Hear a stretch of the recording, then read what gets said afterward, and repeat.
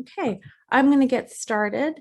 So welcome to a webinar that's introducing the California Statewide Survey on Homelessness.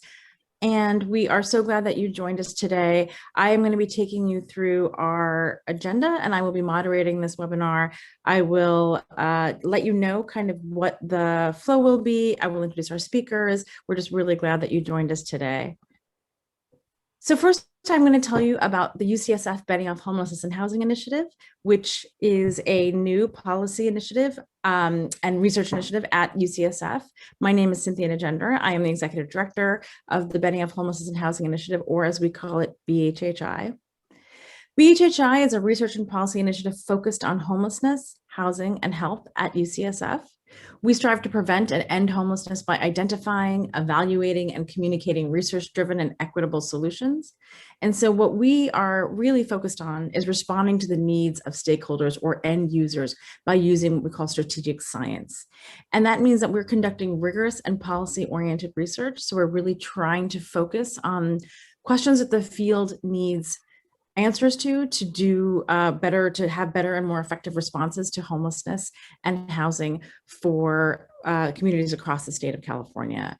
And then we translate that evidence into action and policy recommendations. And most importantly, we try to communicate those findings to a broad range of stakeholders who can really use that evidence to inform their decisions on policy, funding, and program design. We are informing homelessness and housing policies, innovative strategies, and most importantly, equitable solutions.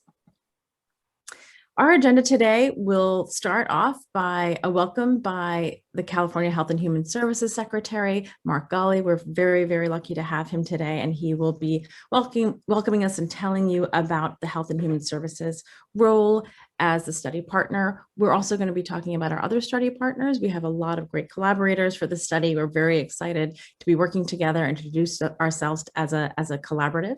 We will talk through the study aims, the methods, and how this California statewide survey is actually different than other studies that have come before or other data collection efforts, so that we can really understand what the purpose is, how it is distinct from other efforts, and really what community role will play in the entire process. We will finish up with timeline and next steps, and we will, if we have time, hopefully be able to answer some questions live, but we will also be able to, as I said again, answer questions in the Q&A function. So please feel free to put Q&A into that function. We will respond in a timely way throughout the webinar and as well at the end. Thank you. So I'm really happy and fortunate and excited to introduce our partners. We are really lucky to be collaborating with the California Health and Human Services Agency, the California Healthcare Foundation, and Blue Shield of California Foundation. And I will introduce each of them to you in just a second. First, we are, as I said, very lucky to have the California Health and Human Services Agency Secretary Mark Golly. Dr. Mark Golly was appointed Secretary of the California Health and Human Services Agency by Governor Gavin Newsom in 2019. In this role, Dr. Ghaly oversees California's largest agency, which includes many key departments that are integral to supporting the implementation of the governor's vision to expand health coverage and access to all Californians, and of course has been overseeing California's response to COVID-19. Dr. Ghaly works across state government, along with county, city, and private sector partners to ensure the most vulnerable Californians have access to the resources and services they need to lead healthy, happy, and productive lives. Many of us know Dr. Ghaly because before joining Governor Newsom's team, he worked for 15 years in county health and human services in roles in San Francisco and Los Angeles. We're very, very fortunate to have him here today. And with that, I'm going to turn it over to Secretary Ghaly. Cynthia, thank you for the warm introduction, and first, thank you for taking the role that you're in now. Benioff is the initiative is very lucky to have you, and I'm eager to see all the good work that you continue to bring to California. I just want to start by thanking all of you joining today. This is an exciting moment. Just a few minutes of my time, but I know this has been, frankly, building up for almost 2 years in conversations with a number of you. And we, the Health and Human Services Agency, the administration, the governor himself, really asked us initially to reach out to a number of the folks who've been partners to really kick this kind of study off. We wanted to really understand, because of the foundational role ending homelessness is to the governor's agenda, to our agenda in health. I think many of you know the work I had the privilege of working on in LA, Housing for Health, that really housing is health, and health requires housing for so many of our most vulnerable Californians and Americans, that this study of really trying to understand some of the drivers of homelessness and the immediate precipitants to homelessness is going to be key. This study really came about almost 2 years ago, in trying to understand where the state makes the most informed strategic, I like this notion of strategic science, how we use that to really guide our investments and our policy decisions as to where we invest in either efforts led by the state or efforts supported by the state, led by counties, cities, and other partners. I think it's so important for us to understand these precipitant events. We know that homelessness is complex, that it doesn't happen from overnight, but there are some key experiences and challenges that people who experience homelessness have before they become homeless, and trying to really understand where we make those further upstream investments. We know that we will continue to invest in permanent supportive housing models. So many of the linkages between homelessness and health, especially in the Medicaid space. We have our big CalAIM proposal that is getting bigger by the moment and focusing more deeply on homelessness as we move through our own conversations internally and with our federal partners. But we want to make sure that all of our efforts are informed by research like what is being kicked off today.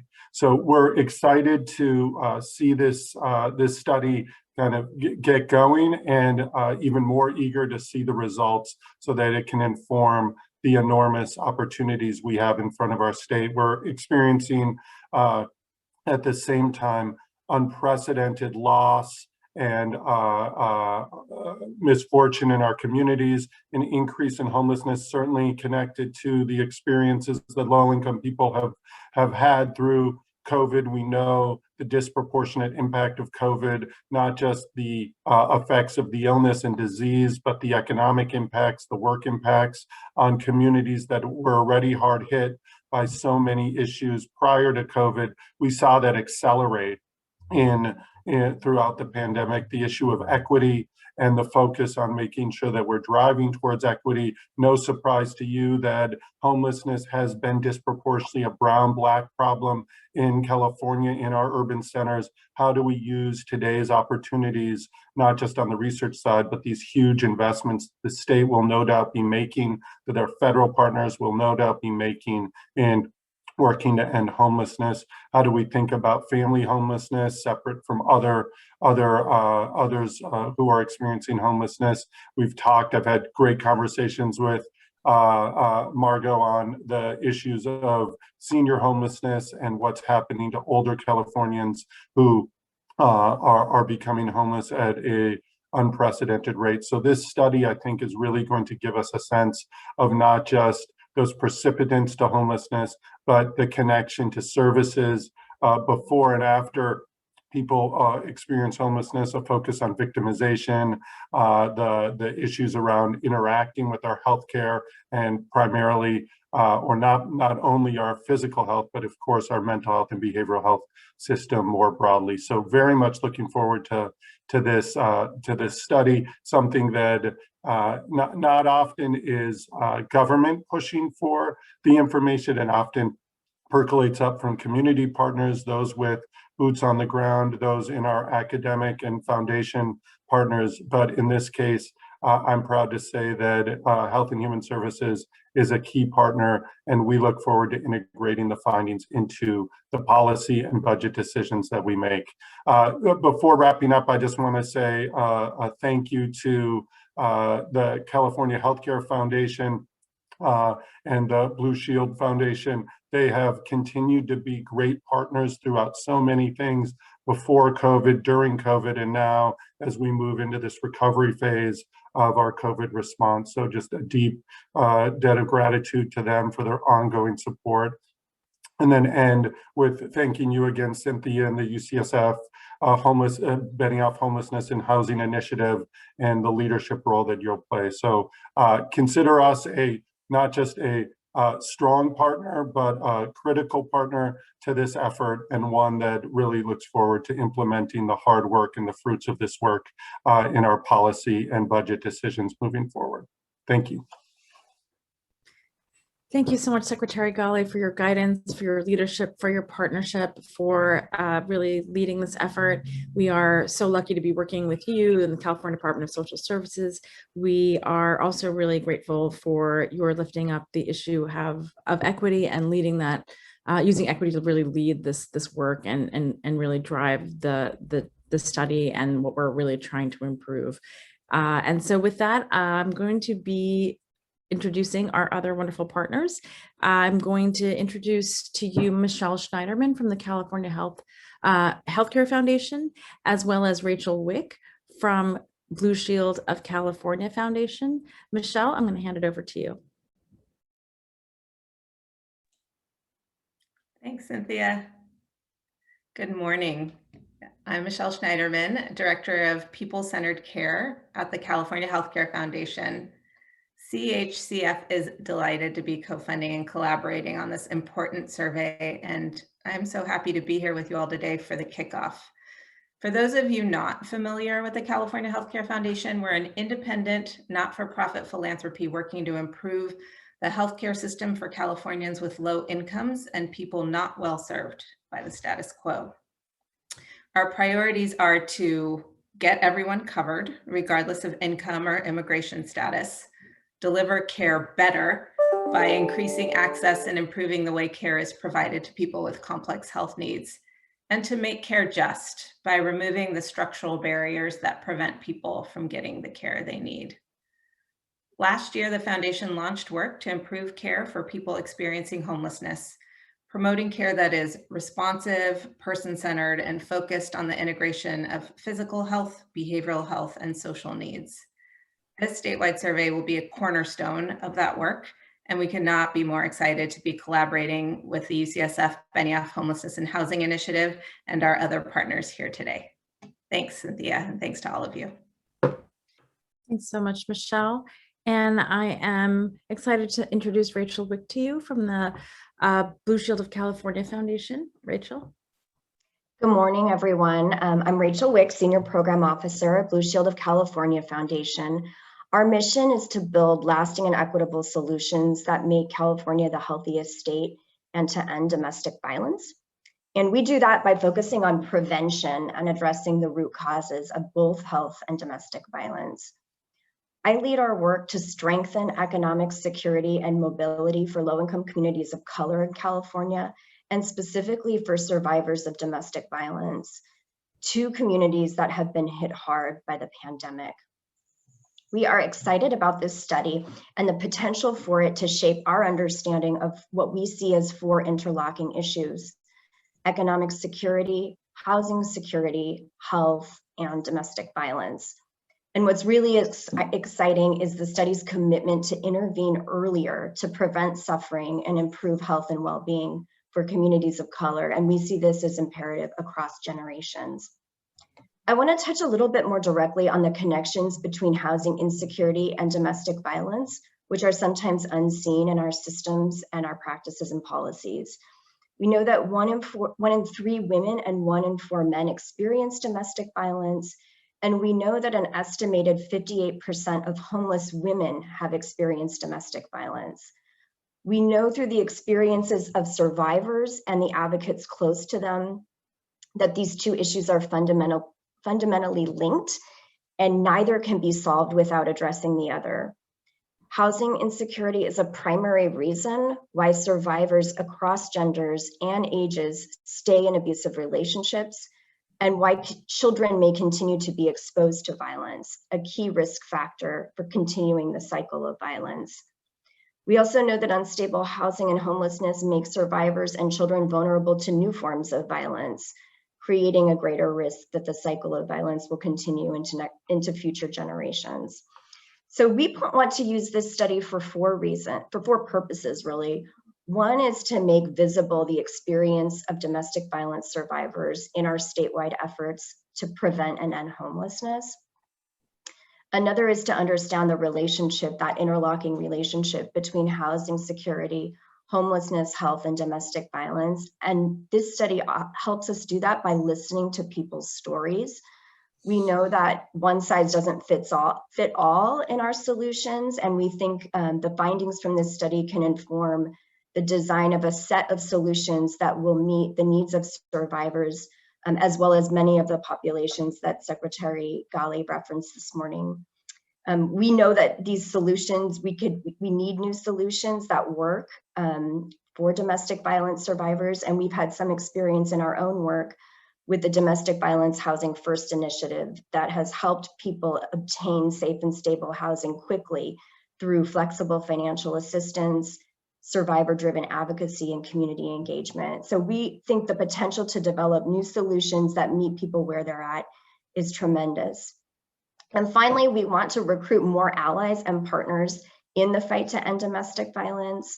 A recent foundation survey found that 9 in 10 Californians feel it's a serious problem, and 2/3 think it's a public issue that should be addressed by all of us. And so again, we want to partner with homeless advocates, homeless service providers, the researchers in this study and other foundations to really take the needs of survivors and design distinct solutions for them that will help us end homelessness together in California, improve health, and keep families safe and strong.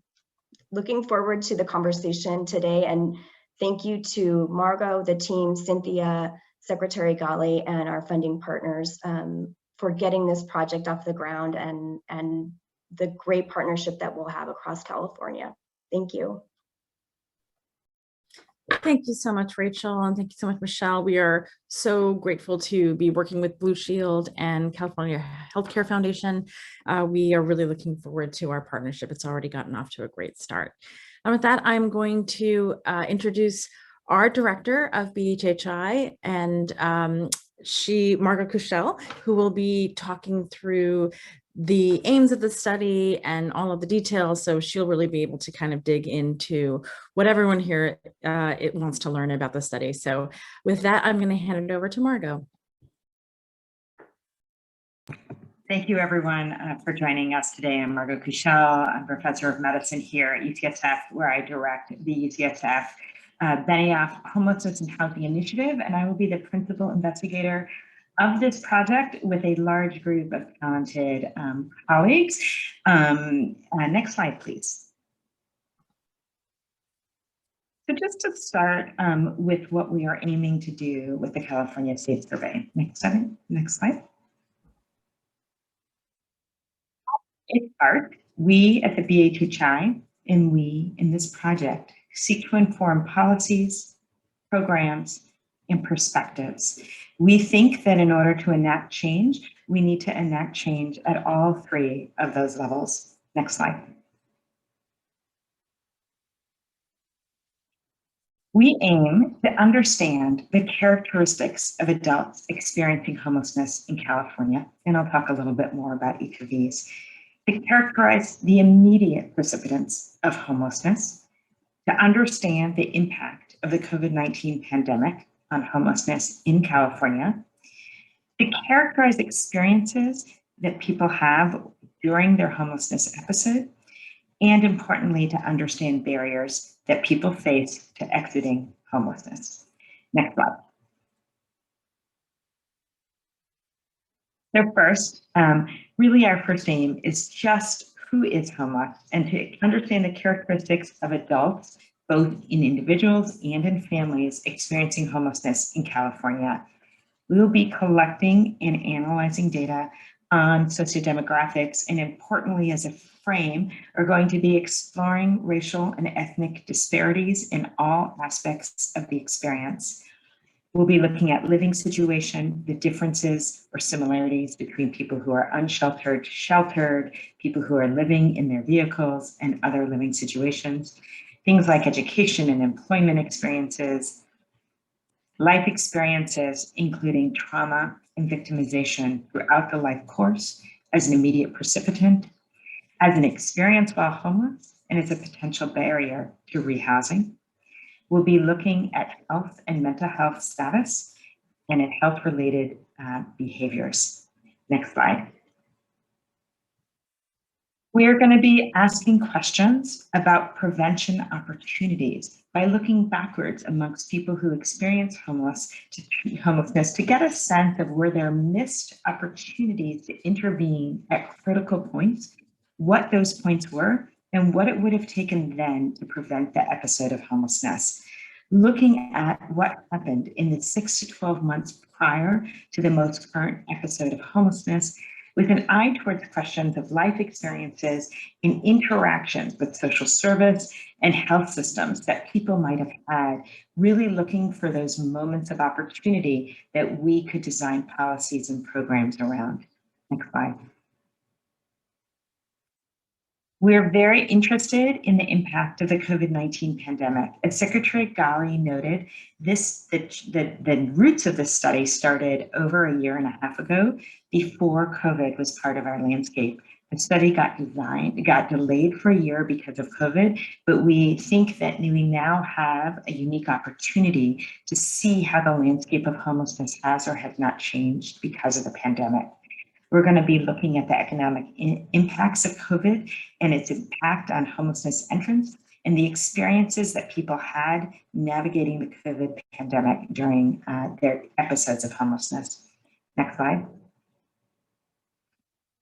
We want to characterize experiences that people have while they're homeless to think about ways that we can design policies and programs that better meet the needs and to lead to faster exits.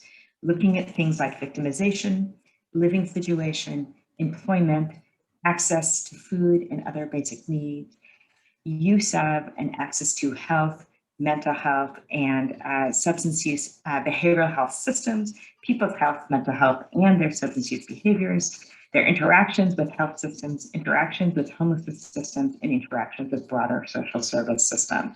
We'll also be looking at things like interactions with the criminal justice system and other things that come up. Next slide. We want to better understand the barriers that people face while exiting homelessness. What are people's preferences? What resources do they have?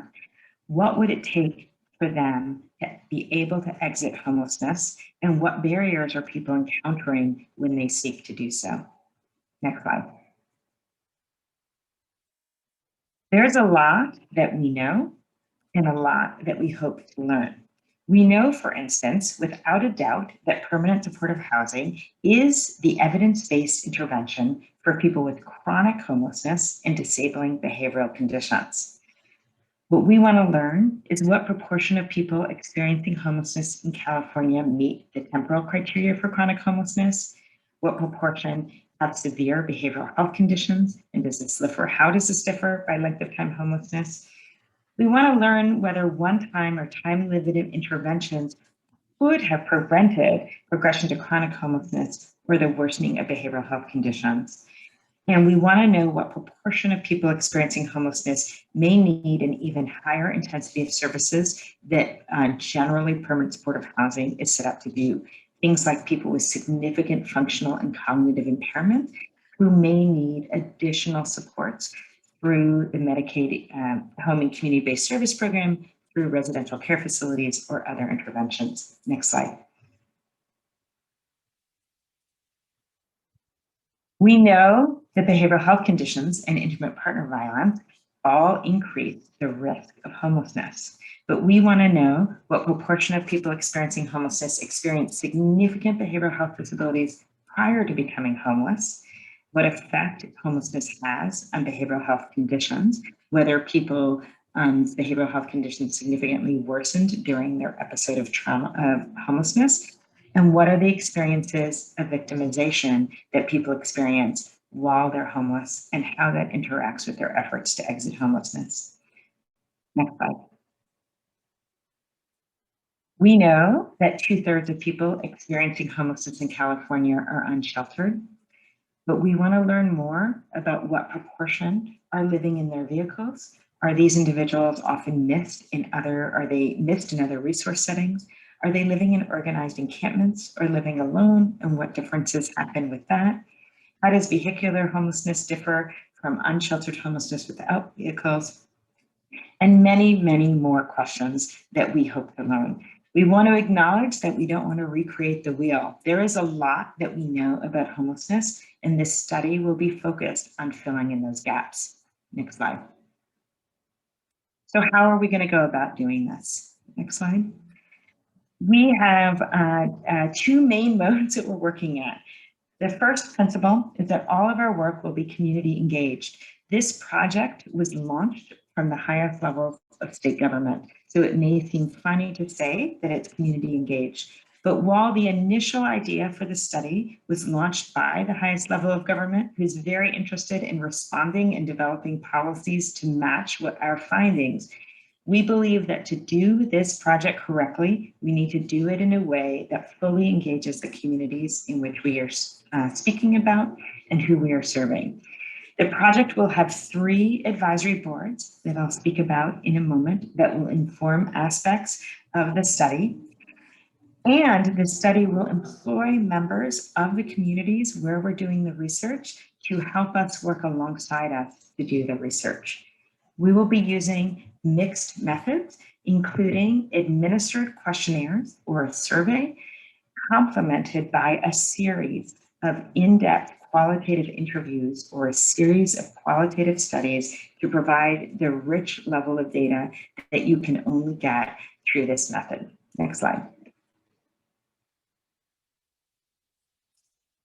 So our community engaged practices, as I mentioned, include these community advisory boards. We will have 3 overlapping boards giving us input.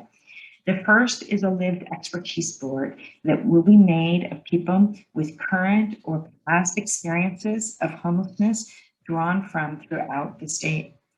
The second will be an advisory board made up of programmatic and policy advisors from local, state, and national government. And then finally, we will have a learning community of representatives from each county in which we will be doing our study. These advisory boards will give input on sampling, data collection, interpretation, and dissemination. As I mentioned, the work will be community partnered. In each community that we're in, we plan to hire and train community members to conduct interviews, and our preference would be to hire and train individuals with lived expertise of homelessness. Next slide.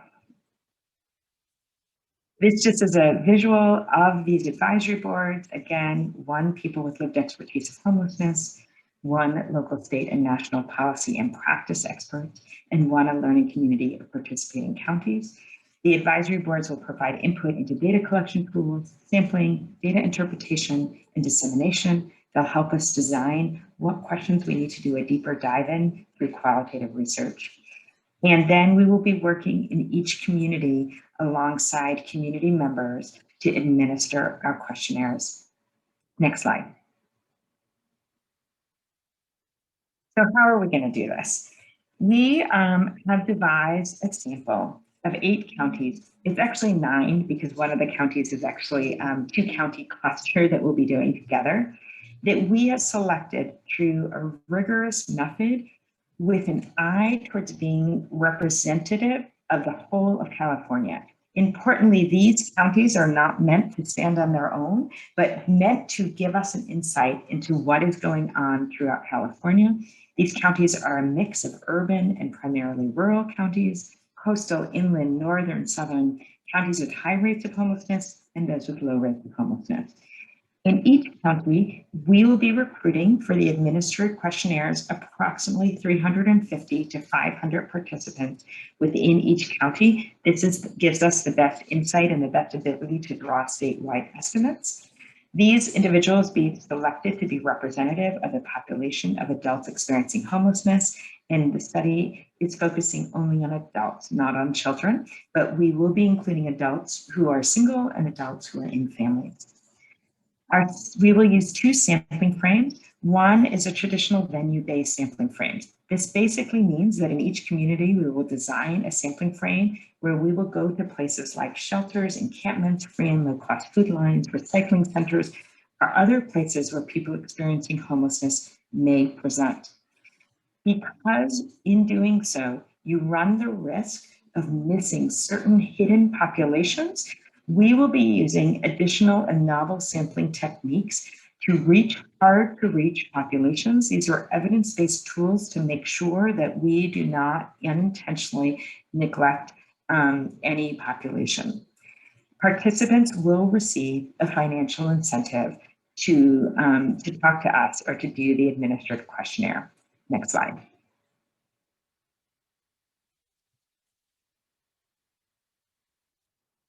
Our questionnaire will include multiple domains, including demographics, race, ethnicity, gender identity, age, living situation, employment, income, the precipitants and the precursors of homelessness. We have ways to ask people about that critical time before they became homeless and what was going on in their lives then.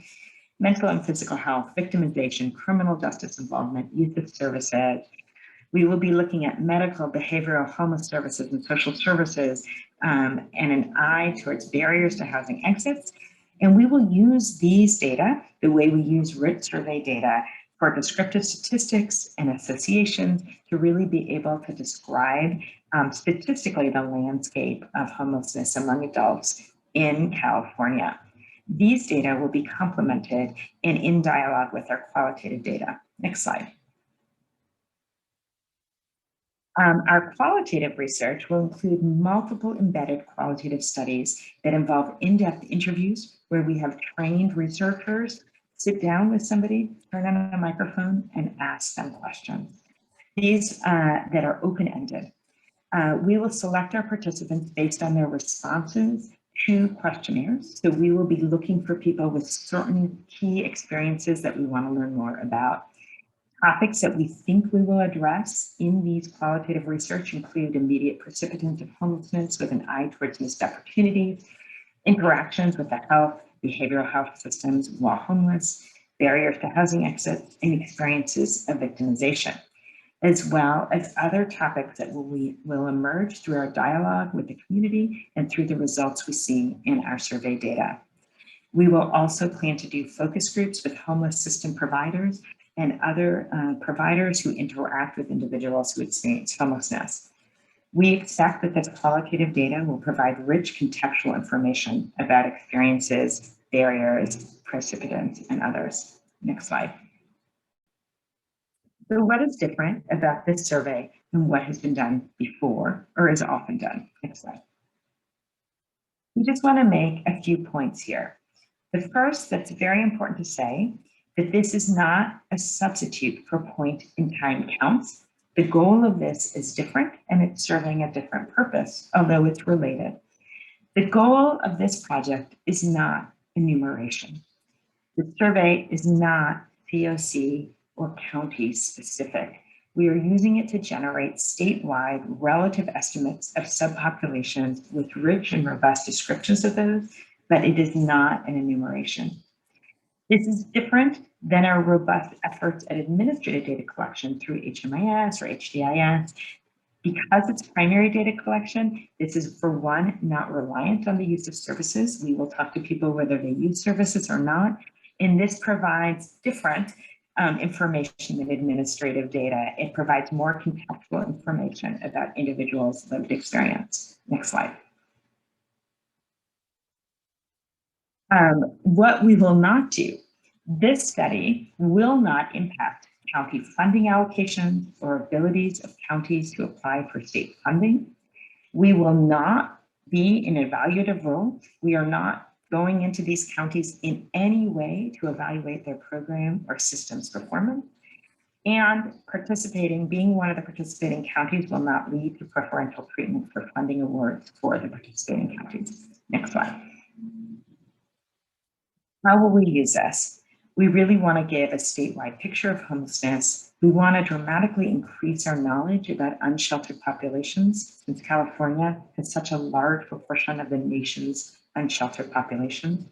We really want to fill in existing gaps in knowledge about homelessness.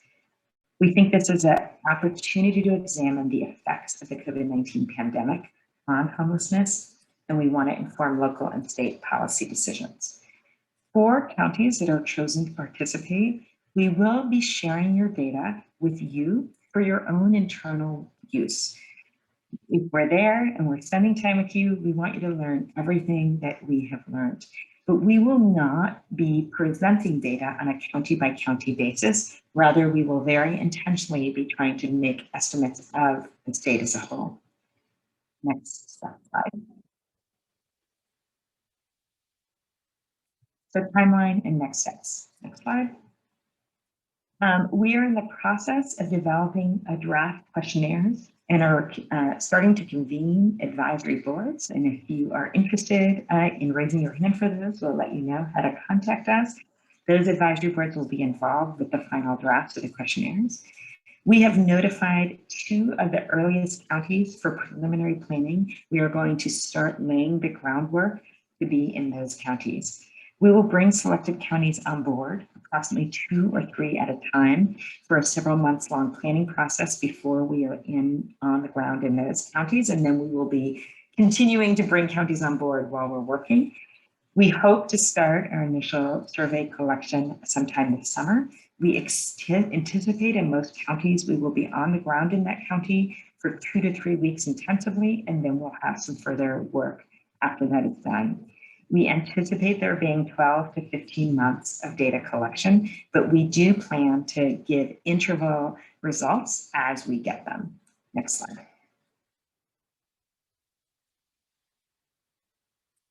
So now I think we have time for questions.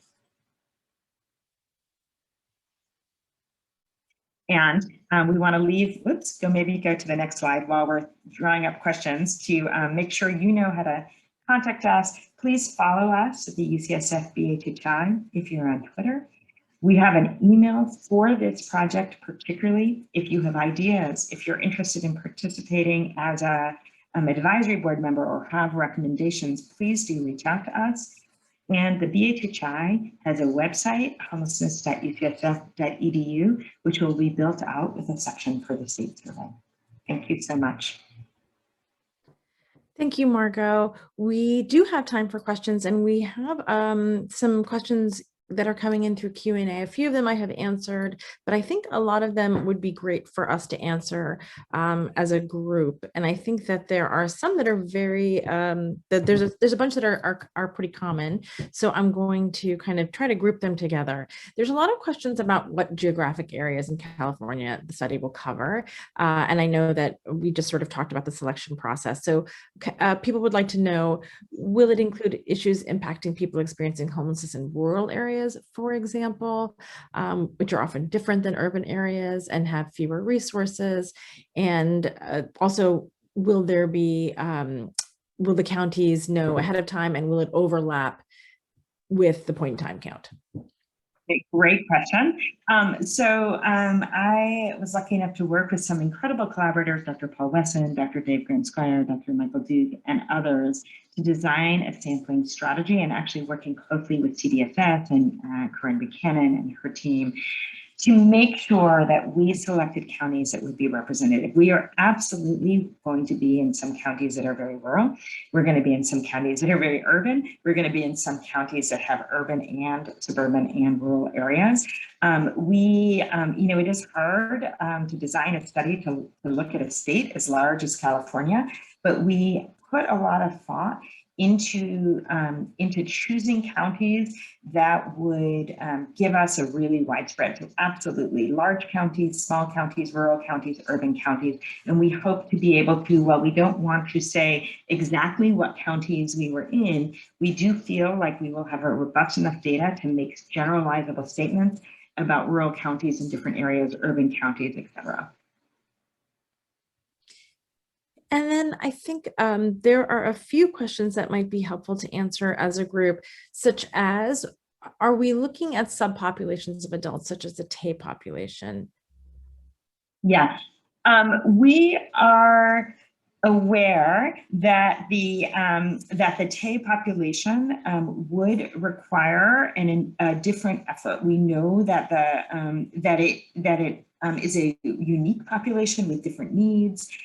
We will be looking at adults 18 and over. We hope in the future to be able to do work on TAE populations and focus on children, but the intent of this study is actually adults, both adults in families, adults who are single, and if there are TAE young adults 18 to 25, but we are not designing the sampling strategy. Just in full transparency, we felt like we would need an entirely different sampling strategy to effectively reach that population, and so we didn't want to do an inadequate job. And I think that there is a few questions here just about whether we will be able to, will we be looking at minors in any portion of the study? We will not be enrolling minors. We have not yet made a decision, but I suspect for adults who are accompanied by minors, for parents and families, we will likely have some proxy questions about the minors in their care.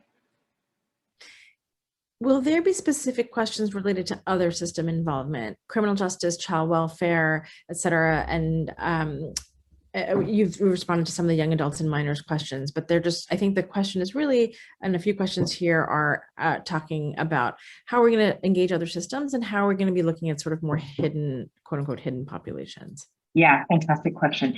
Absolutely. One of the things that we are extremely interested in is system involvement writ very large, talking about health systems, mental health systems, substance use systems, social service systems, homeless systems, criminal justice systems, child welfare systems, other systems, both government and non-government that people are involved with, because we're really looking at points of opportunity where we could optimize, interaction. So we will certainly be doing that. My colleague, Dr. Paul Wesson, is sort of a world's expert on sampling difficult to reach populations. And so one of the things that we're going to be talking about with each of our counties and with our advisory boards on who might we miss, and if there are subpopulations, which I anticipate there will be, that are often missed by these types of projects. We plan to use special sampling techniques that are kind of cool, where you sort of get access to a couple members of those populations and then have them help you recruit people, because we don't want to miss populations that are typically hidden. So absolutely we'll be looking for all sorts of populations. I think I might have missed a question of, will this interact with the point in time count? I think we are going to be deeply engaged with communities. It is possible that there might be communities that want us to be there at the same time as point in time count, but I suspect in most cases it will be logistically easier if we are separated in time. If there was a community that felt like it would be easier to do it together, we are certainly interested in talking about that.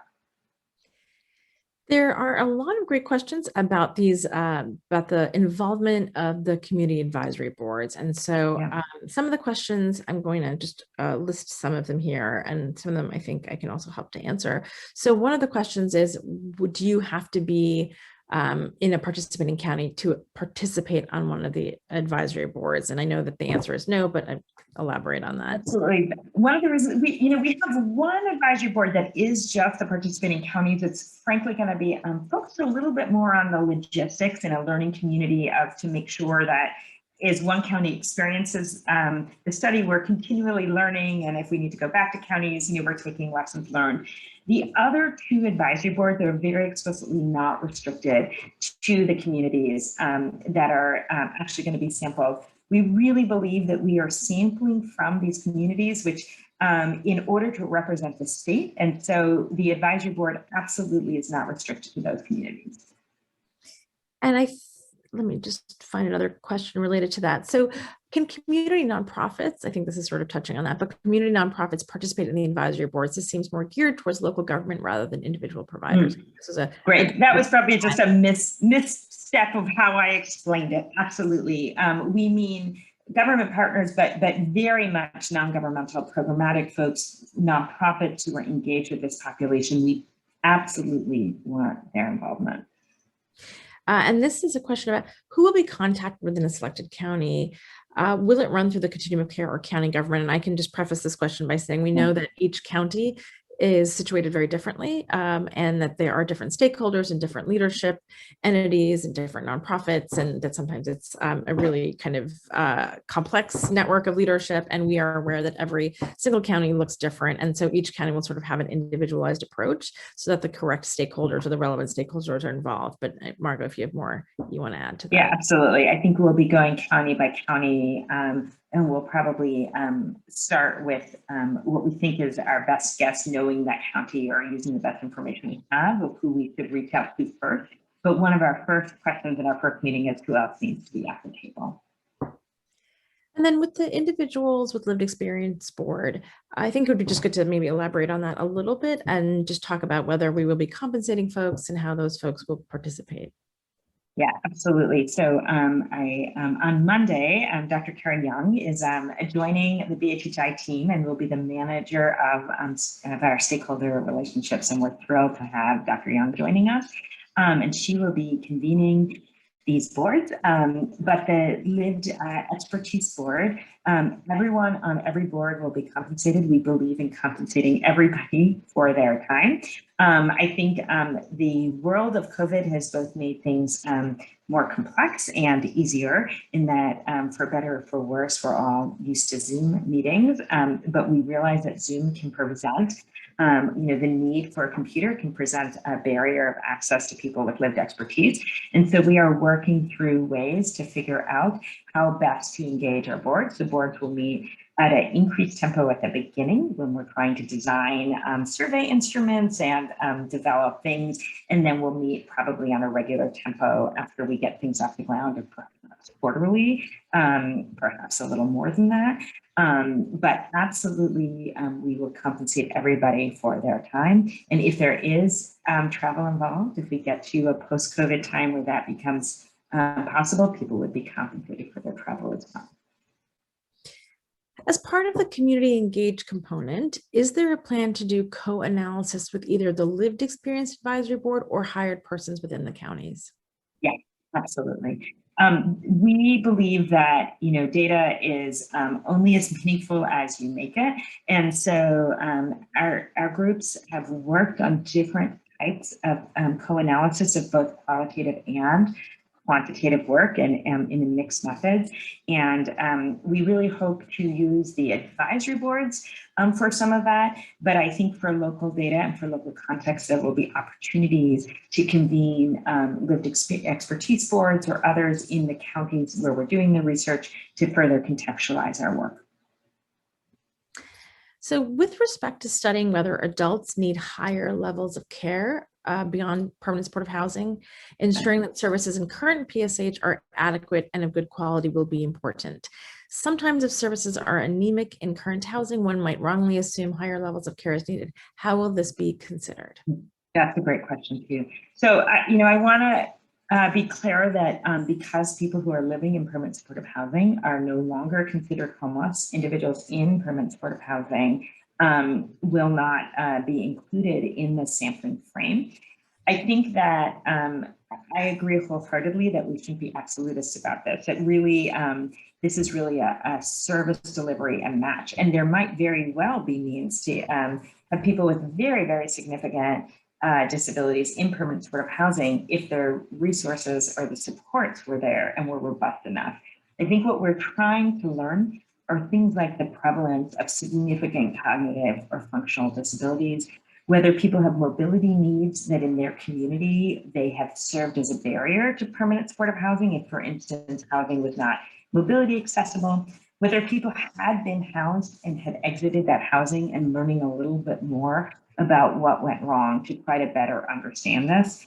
The more direct way to study that is, would be a different study of people in permanent supportive housing and how their needs are being met. But what we want to do is at least get some estimate of proportion of people who've either been in permanent supportive housing and exited because their needs perhaps to were a mismatch with the services, or because people have significant disabilities that we might think about designing a more robust service delivery than is unusual for people with, for instance, very significant cognitive impairment due to premature aging or aging.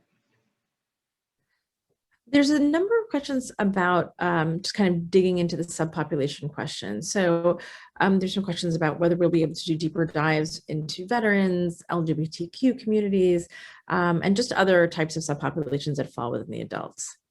Yeah, absolutely. I mean, I think that is one of the things that's both it's really exciting about doing such a large scale study is that we will have the ability to look at, with robust numbers, at subpopulations like you've mentioned, certainly veterans.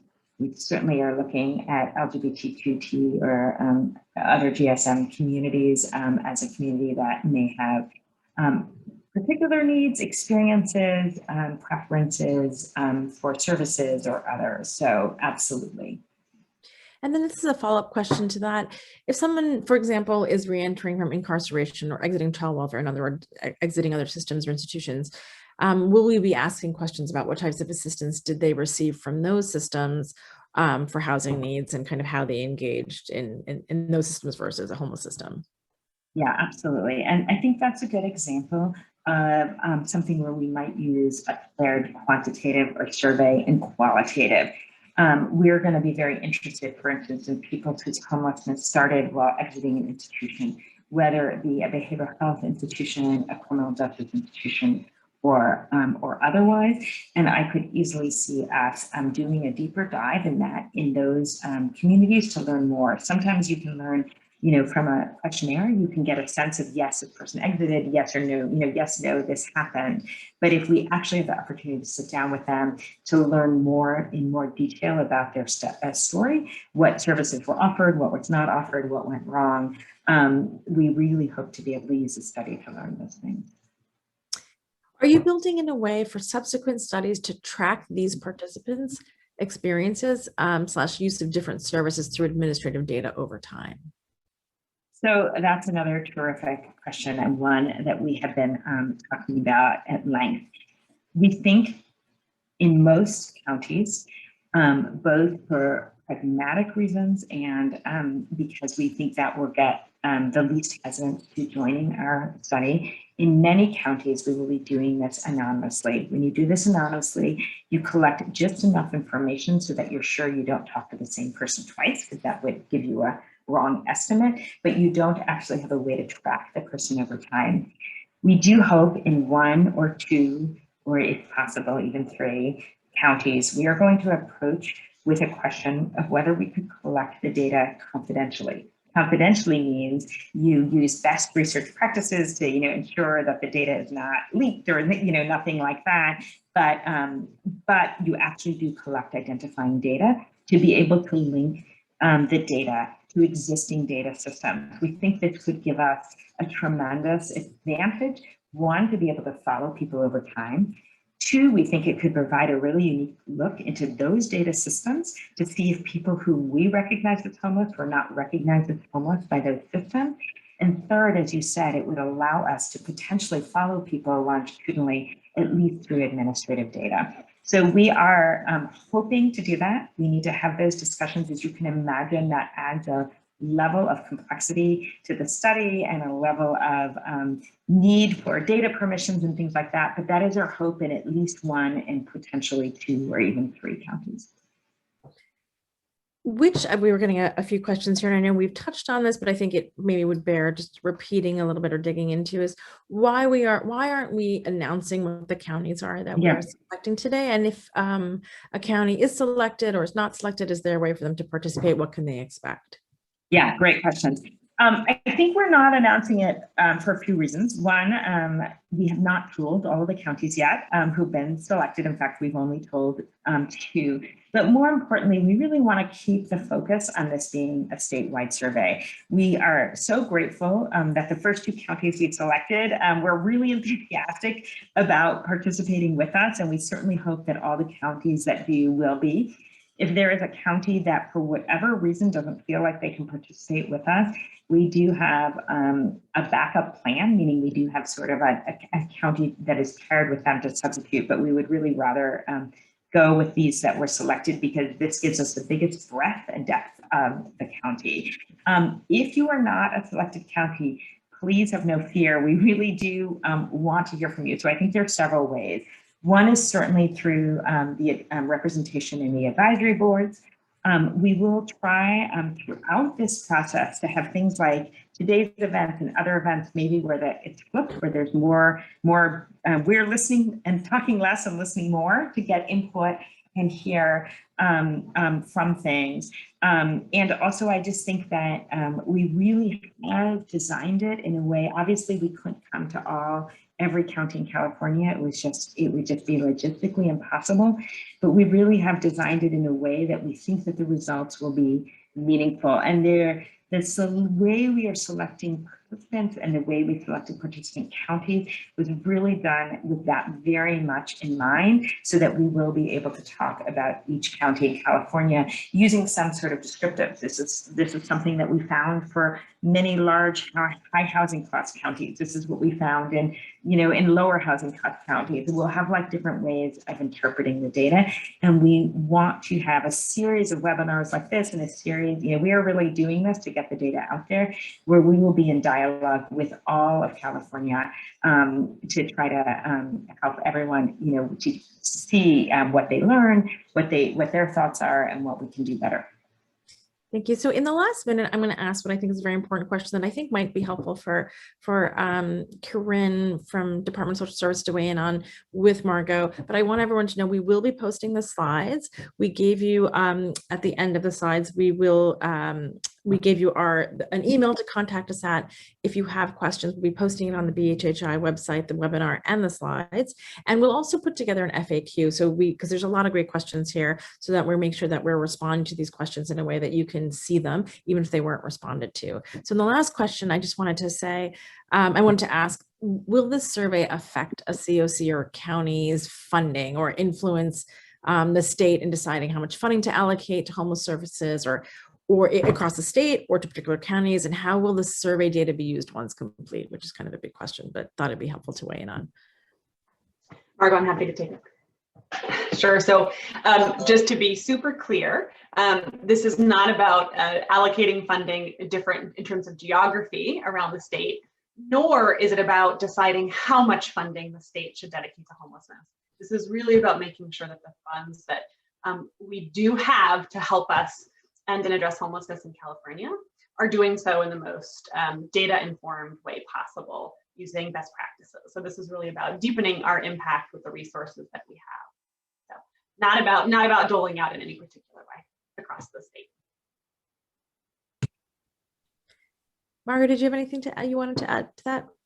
No, I think we just want to reinforce that this is not. We don't want people to be anxious about that. We don't want people to feel like if their county was chosen, that they're going to be looked at as like, in an evaluative way. And conversely, if their county isn't one that we are actually going into, that is going to impact their funding. This is not about how much funding. It's really about what's the best use of funding. So it's 11 o'clock. So with that, I'm going to thank our panelists and thank our partners, and thanks so much to everyone who attended today. Again, we will post the slides and a recording of this webinar at our website, which is homelessness.ucsf.edu. And we will, again, post the questions. And there is a way to contact us, ask questions, provide suggestions. We're happy to engage. This is going to be a very long, complex, exciting project, and we're sure we'll be engaging you all along the way. So thank you very much for attending today, and you'll be hearing from us soon. Have a good day.